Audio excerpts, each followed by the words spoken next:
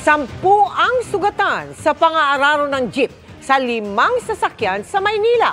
Ang nahuli kam na disgrasya sa pagtutok ni Bea Pinlac. Hulikam na tumilapon mula sa e-trike o tuktok ang babaeng ito. Nakaladkad naman ang lalaking ito ng isang pampasaherong jeep.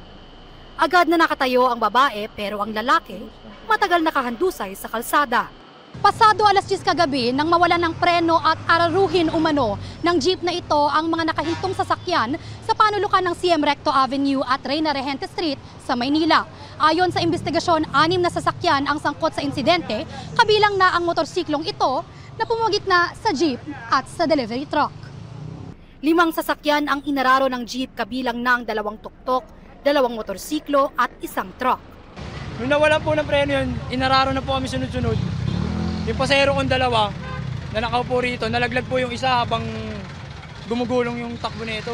Sa inisyal na tala ng Manila DRRMO, 10 ang sugatan, 6 ang isinugod sa ospital. 2 ang medyo malala, tapos yung iba possible fracture. Kwento ng driver ng delivery truck, matuli na ang takbo ng jeep bago pa ito bumangga sa kanyang sasakyan. Kapobia lang, parang ayaw na mag-drive na. Kung mamamatay man ako, hindi na ako magdadrive sa kabilang buhay. Patuloy ang investigasyon ng mga otoridad sa insidente. Nasa kustodiya ng Manila District Traffic Enforcement Unit ang driver ng jeep na posibleng maharap sa reklamong reckless imprudence resulting in damage to properties and physical injuries.